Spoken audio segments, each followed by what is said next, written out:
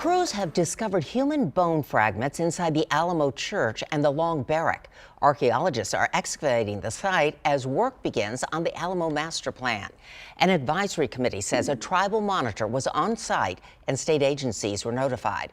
The committee says archaeologists will continue investigating to see if there are other fragments nearby to protect history and heritage at the site. The excavation shows the area was disturbed in the past by construction and sewer installation.